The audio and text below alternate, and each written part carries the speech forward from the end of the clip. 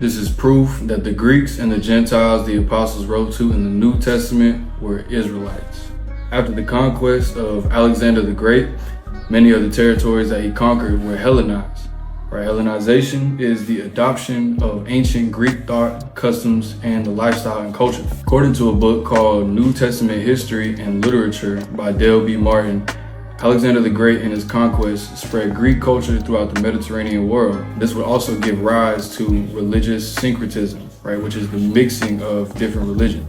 The main centers of Hellenistic Judaism was Alexandria in Egypt and Antioch in Turkey. The spread of Hellenism caused a blending of the local indigenous culture and the culture of the conquerors, right? Like we read about earlier, that religious syncretism. Local indigenous elites frequently played a significant role in embracing and promoting Hellenism, leading to its impact on all regional cultures, including the Jewish culture, right? Which you can read about in 1 Maccabees 1 and 2 Maccabees 4 and 2 Maccabees 6. According to a source called The Formation of Islam, Religion and Society in the Near East from the 7th century to the 19th century by Jonathan P. Berkey, by the early 1st century AD, the Alexandrian Jewish philosopher Philo estimated the total Jewish population of Egypt at 1 million.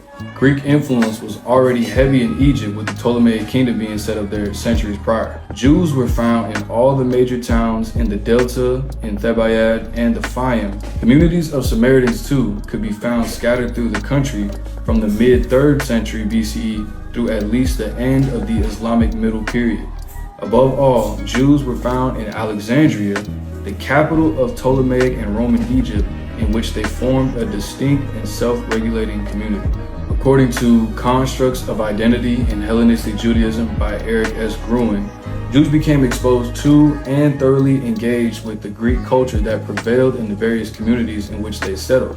And not only in the diaspora, Greek towns sprang up in Palestine itself.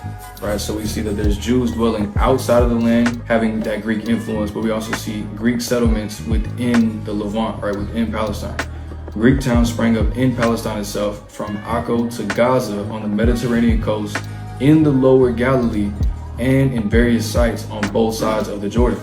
For many Jews, especially in the diaspora, the close contact with the institutions, language, literature, art, and traditions of the Greeks reached the point where they lost touch with Hebrew itself, right? So with all this historical context, what is the result, right? We have a full-fledged Hellenized Jew, or what is known in the Bible as a Grecian, right? In the New Testament, in Acts 11 and 19, the word is used.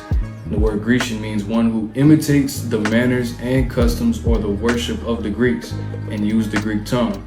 Used in the New Testament of Jews born in foreign lands and speaking Greek.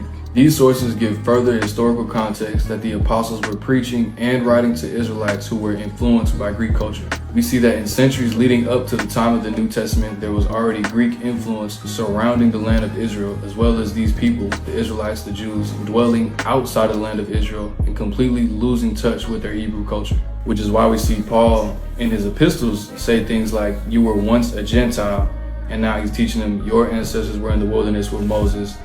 You go back to this chosen lineage of Jacob. You go back to this chosen lineage of Abraham.